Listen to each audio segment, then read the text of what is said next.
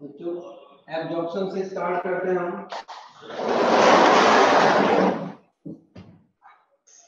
ठीक है, एब्जॉर्प्शन से है ना। एब्जॉर्प्शन में लिखो, कुछ पॉइंट्स लिखते हैं फिर समझते हैं इसको। It is process by which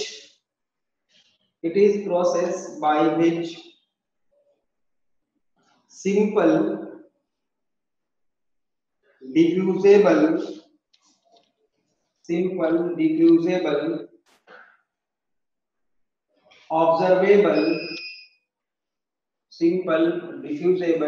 observable biomolecules like glucose, amino acids, fatty acids,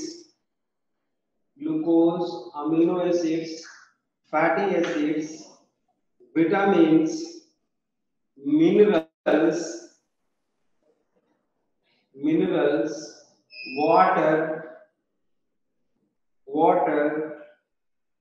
are transferred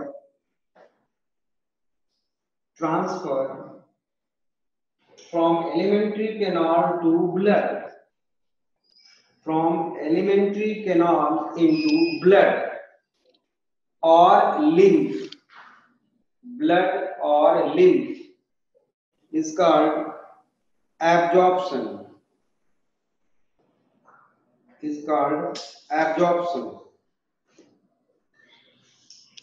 ठीक है, next point with star maximum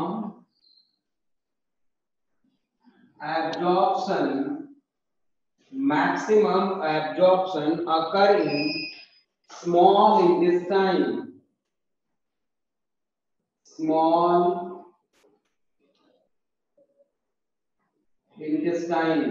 लगभग 90% बेटा एब्जॉर्प्शन कहाँ होता है? स्मॉल इंटेस्टाइन में, और उसमें भी सबसे ज्यादा होता है बेटा जेजुनम, है ना, जेजुनम में। ठीक है, बाकी का जो 10% है, 10% absorption occur in buccal cavity या माउथ कैविटी, आप लिख सकते हो mouth cavity, stomach,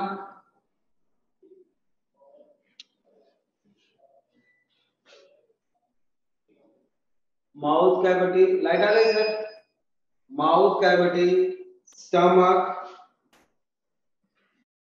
and large intestine,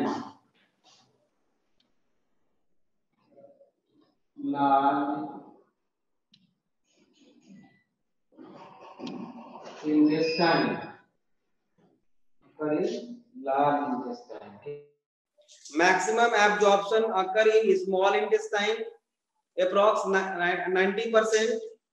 10% absorption occurs in mouth cavity, stomach and large intestine. And absorption takes place in various methods or means, like first one is osmosis. Osmosis जो होता है बेटा, water is absorbed by osmosis.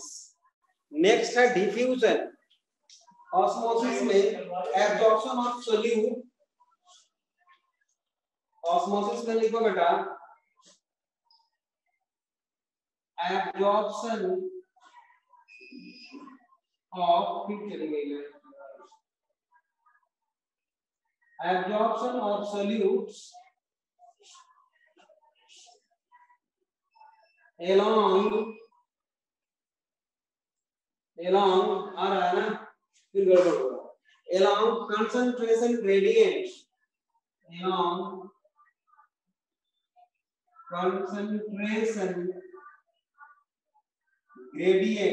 है ना। मतलब कि ये दो चेंबर है बेटा, ए है बी है, यहाँ पे कंसंट्रेशन हाईयर होगा, यहाँ पे लोअर होगा, तो इधर की तरफ मूव करेगा, है ना। तो higher to lower concentration diffusion के थ्रू सॉल्यूट्स का मूवमेंट होता है, ठीक है। दूसरा है इसी डिफ्यूजन को हम पैसिव ट्रांसपोर्ट भी बोल सकते हैं, इसी को हम बेटा पैसिव ट्रांसपोर्ट बोलते हैं। पैसिव ट्रांसपोर्ट और एक्टिव ट्रांसपोर्ट को पता नहीं आप लोगों को पता है कि नहीं, लेकिन इसको समझना बहुत जरूरी है। मैं बता देता हूं आपको। चल रहा है ना सर? इंटरनेट है, इंटरनेट है, बंद होगा तो बता देना। अब देखो बेटा क्या है, ये चेंबर ए है और ये चेंबर बी है ना। यहाँ पे मॉलिक्यूल्स ज्यादा होंगे बेटा, तो अपने आप बी में अगर कम है तो इधर से इधर जा रहा है, इसमें कोई एनर्जी नहीं लग रही है ना।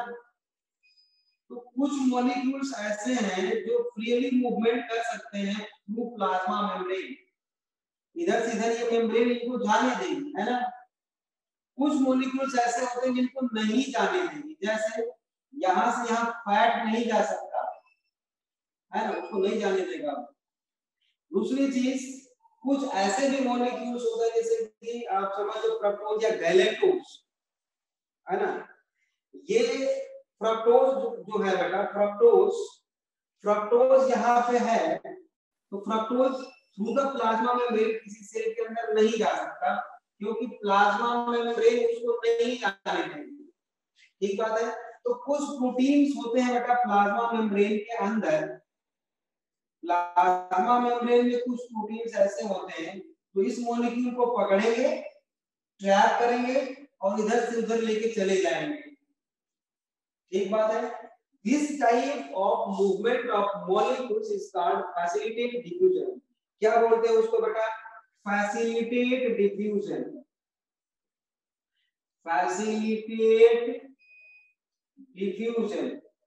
What is facilitated diffusion? It is a process in which some molecules transported across the membrane with the help of some specific type of protein molecules called facilitate diffusion. In this process, energy not required, है ना, no investment of energy from ATP, मतलब इधर से इधर ले जाने के लिए बेटा किसी भी एनर्जी की जरूरत नहीं होती है। तो विदाउट एनर्जी जो मूवमेंट ऑफ मॉलिक्यूल होता है बेटा, वो होता है ऑस्मोसिस, वो होता है डिफ्यूजन, वो होता है फैसिलिटेट डिफ्यूजन। इसलिए हम इन सब को पैसिव ट्रांसपोर्ट बोल सकते हैं, क्योंकि इसमें कोई भी एनर्जी का मॉलिक्यूल यूज नहीं होता। लेकिन आप ये समझ लो, सिंपल सी बात है बेटा कि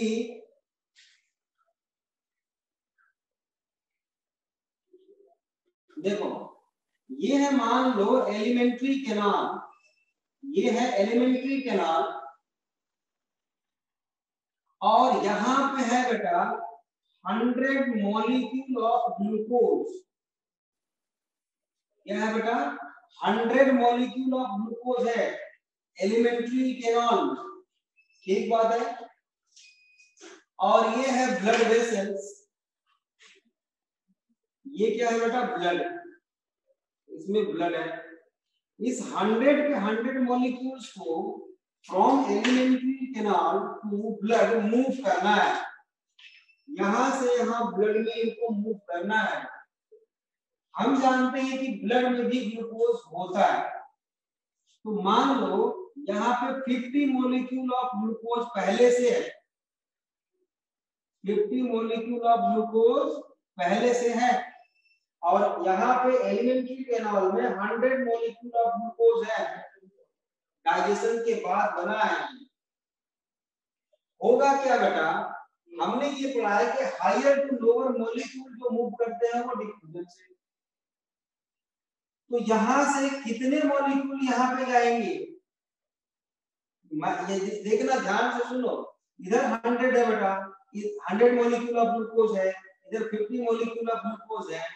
तो यहाँ from alimentary canal to blood vessels how many molecules of glucose are transferred by the diffusion, how many molecules, आपको आंसर देना है बेटा। कितने मॉलिक्यूल्स ट्रांसफर हो सकते हैं डिफ्यूजन के थ्रू। 100 के नवदीप 25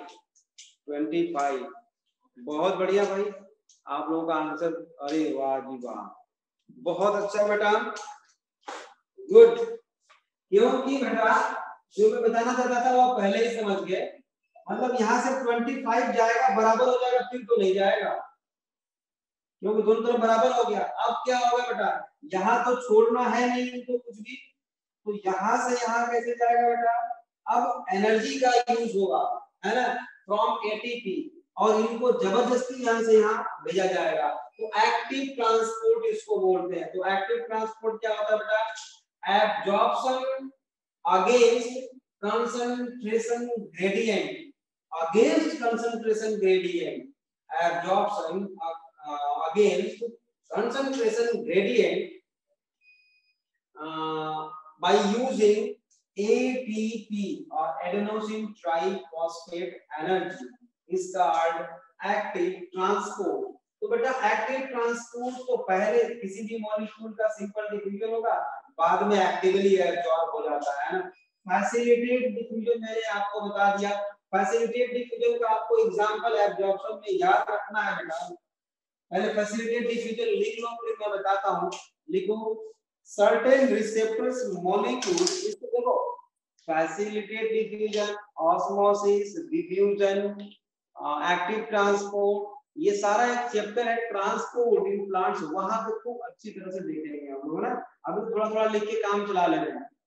लिखिए फैसिलिटेटेड डिफ्यूजन में लिखो certain receptor proteins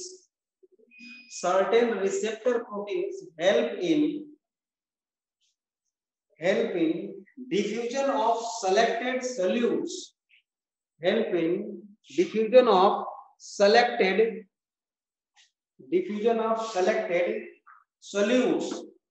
across the membrane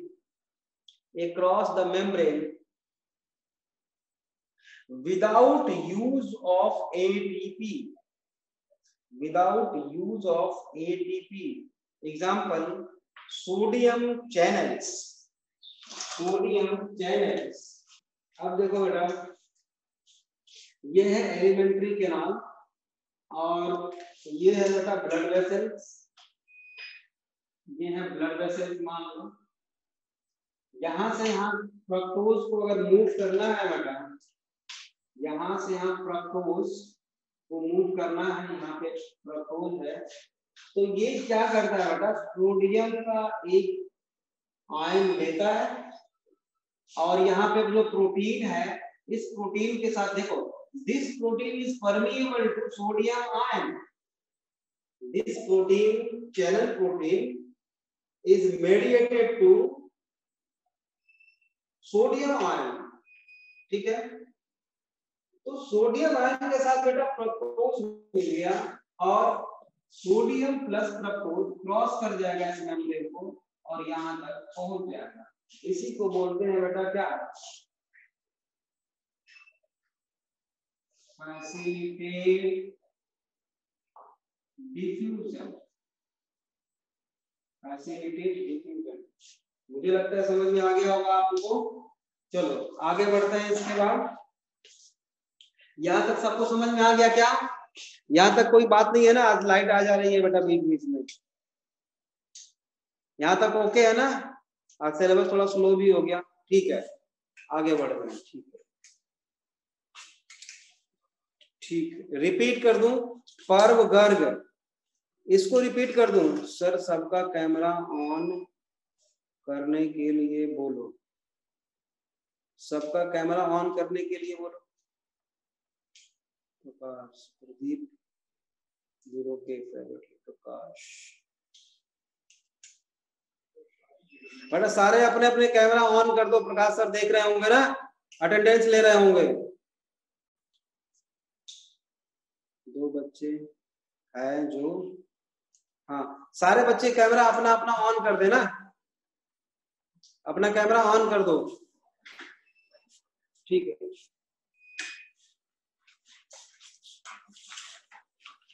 बेटा इसमें रिपीट कर देता हूं, फिर से देख लो। ये फ्रक्टोज जो है, ये फ्रक्टोज को from alimentary canal to blood vessel जाना है। तो यहाँ पे जो सेल्स है, कॉलमनर सेल्स है, हम डायग्राम बनाएंगे आगे। सोडियम आयन के लिए ये परमिएबल है। Some proteins are permeable to only sodium ion. तो सोडियम आयन के साथ फ्रक्टोज मिल गया और इसी के साथ चला गया, तो फैसिलिटेट हो गया, मतलब कि सोडियम आयन और इस प्रोटीन ने फैसिलिटेट कर दिया फ्रक्टोज को, और वो यहाँ से यहाँ चला गया। इसके बाद में समझ में नहीं आया होगा बेटा तो फोन कर लेना आप ना, मैं बता दूंगा अच्छी तरह से। आगे बढ़ते हैं क्योंकि आज सिलेबस बहुत स्लो चल रहा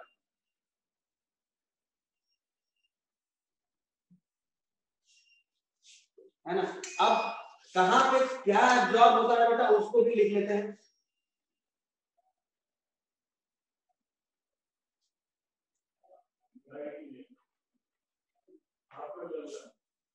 इंटरनेट चल रहा है, ठीक है। माउथ माउथ में क्या क्या जॉब होता है बेटा? सम ड्रग्स, साथ के साथ लिखते चलो बेटा, है ना। In mouth cavity some drugs are absorb, है ना। इसोफेगस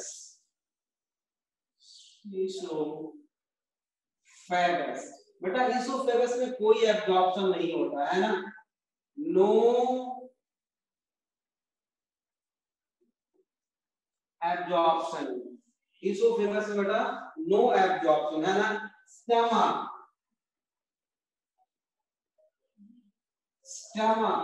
स्टमक में बेटा वाटर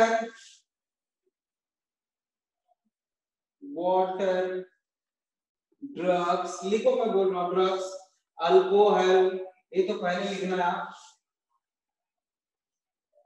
अल्कोहल बेटा, अल्कोहल जो है ना सबसे स्टमक में ही एब्जॉर्ब हो जाता है और लीवर में सबसे पहले चला जाता है, इसीलिए लीवर को ज्यादा डैमेज करता है अल्कोहल जो लोग ड्रिंक करते हैं, है ना।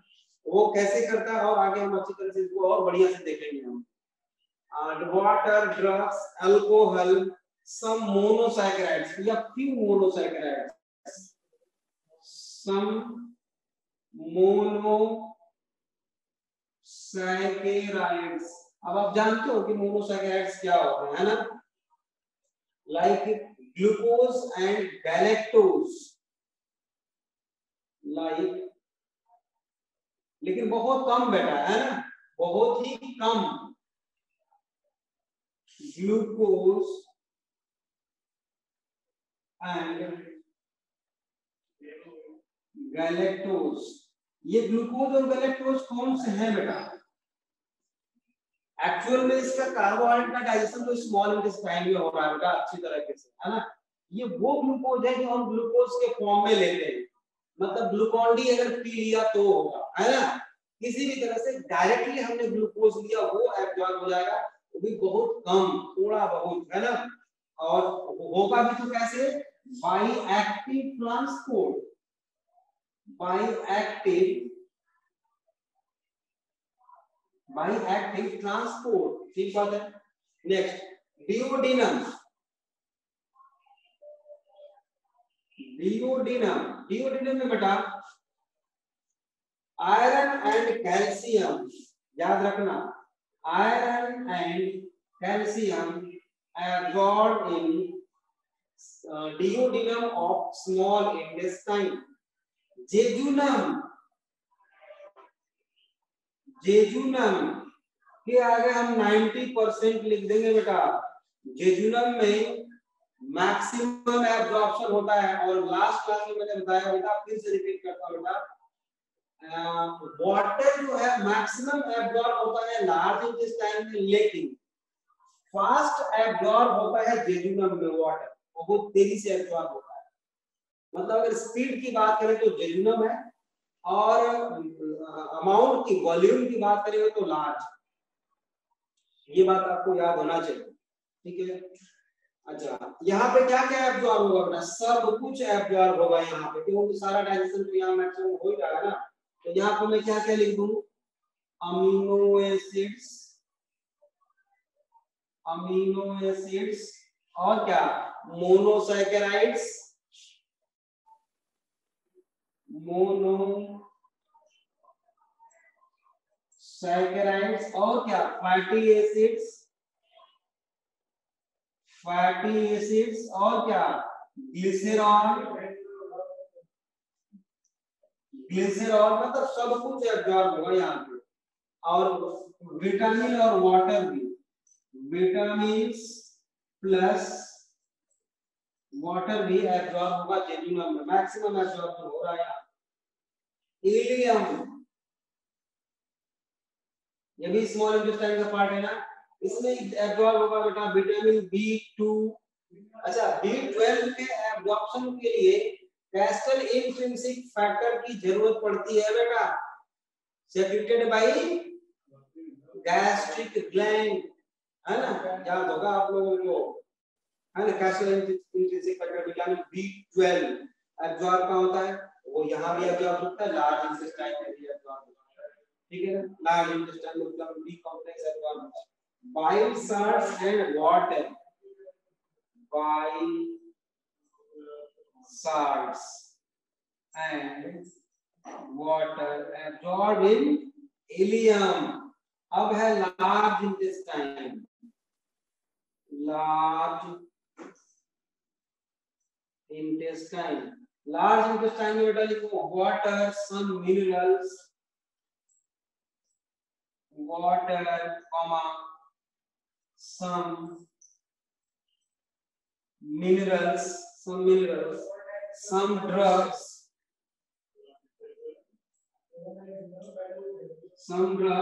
Vitamin B complex, vitamin B complex यही से ज्यादा एब्जॉर्ब होता है ना, और थोड़ा बहुत ग्लिसरॉल, थोड़ा बहुत ग्लिसरॉल भी यहाँ पे एब्जॉर्ब हो जाता है, ठीक बात है ना।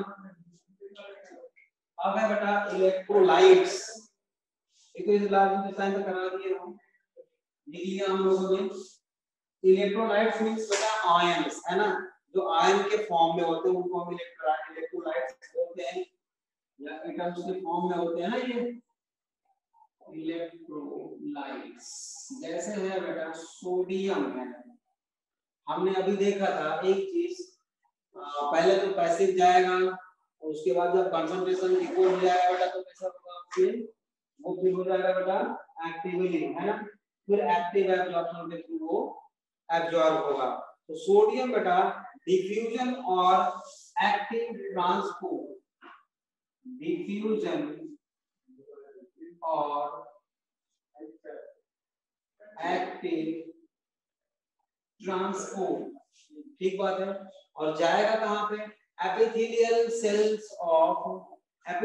सेल्स ऑफ वेलाई,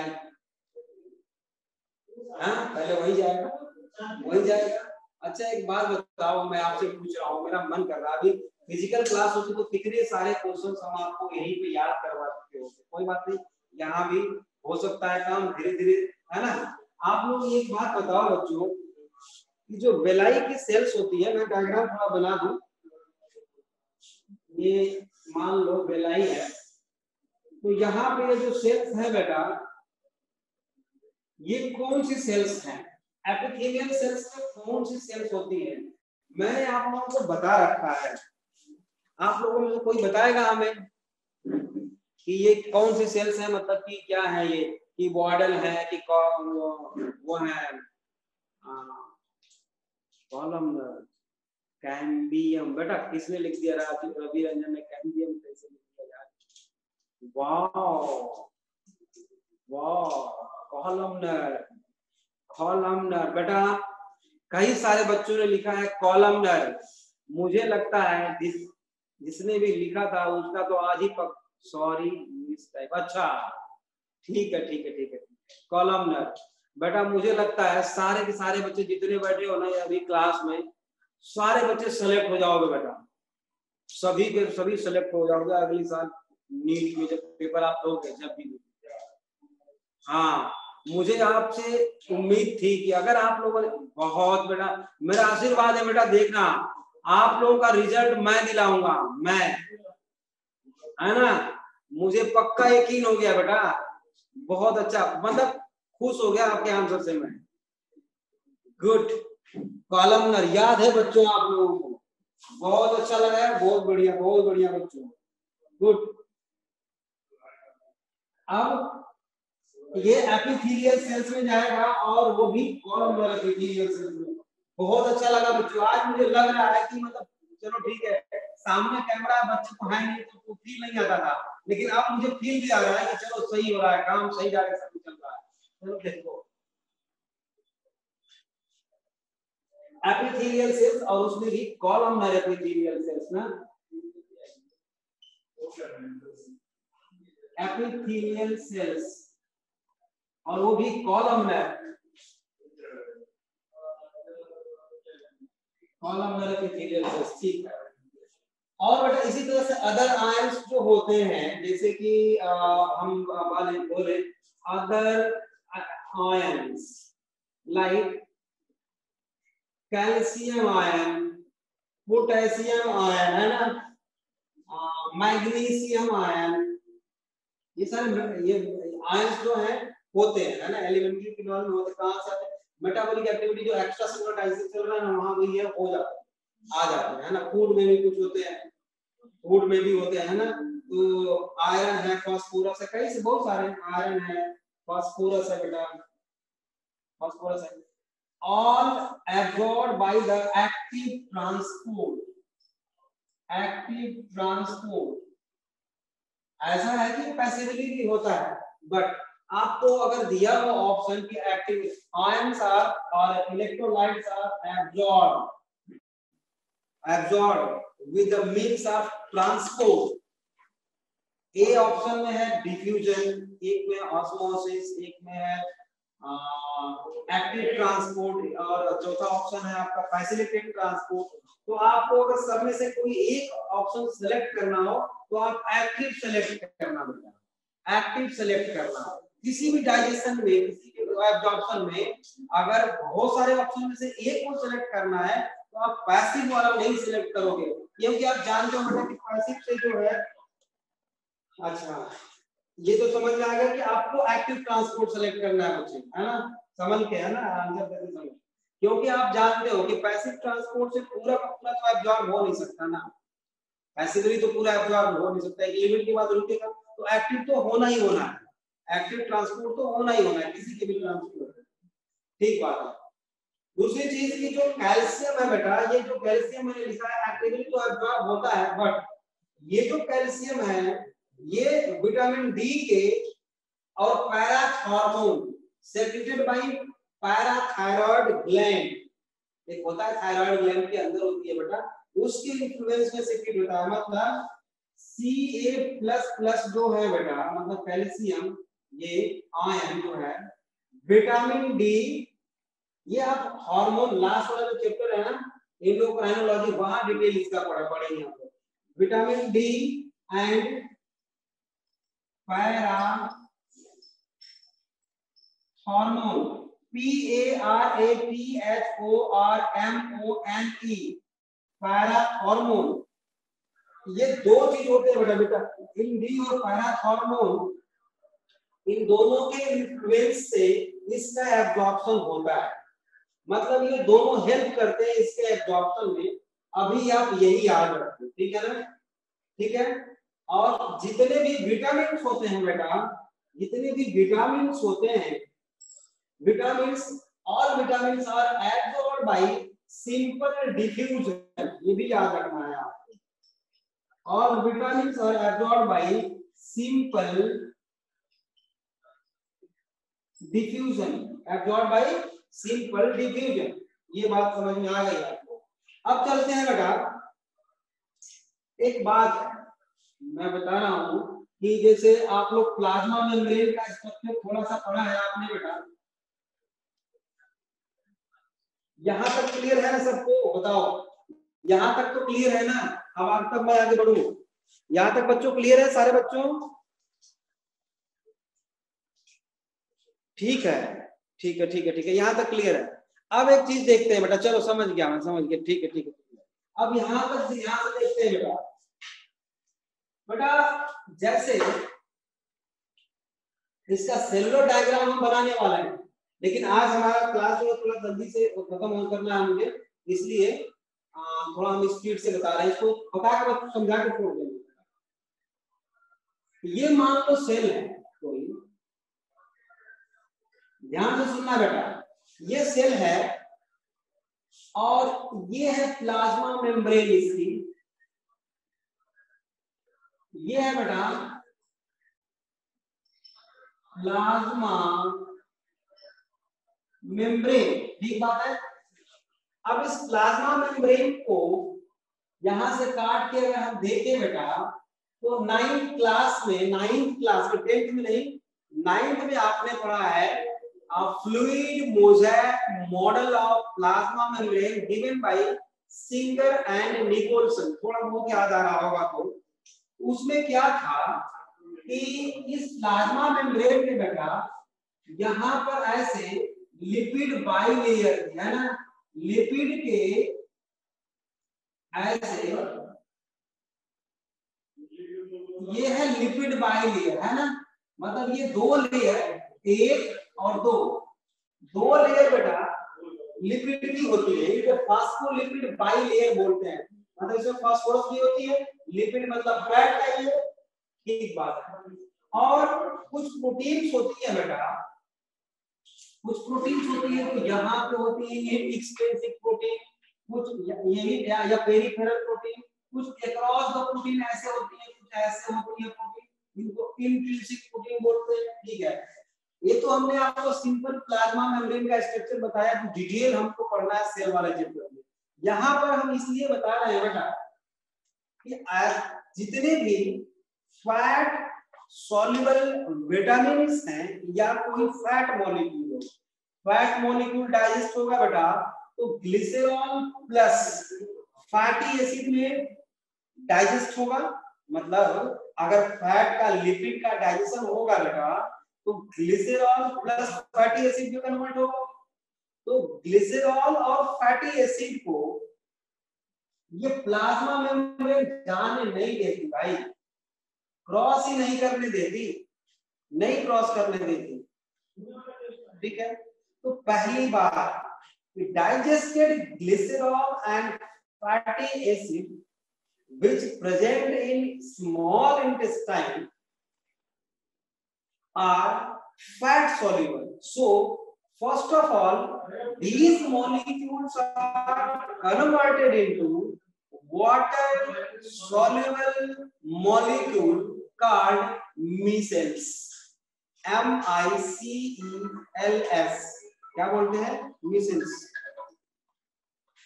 तो बच्चों मैं बता रहा था कि यहाँ पे कोई अगर यहाँ फैट मॉलिक्यूल है तो इसको क्रॉस ही नहीं कर सकता ना, तो इसको पहले हम किसमें कन्वर्ट करते हैं बेटा, हमारे इंटेस्टाइन में किसमें कन्वर्ट किया जाता है बेटा, इसको कन्वर्ट किया जाता है बेटा छोटे छोटे molecules, water soluble molecule micelles, है ना,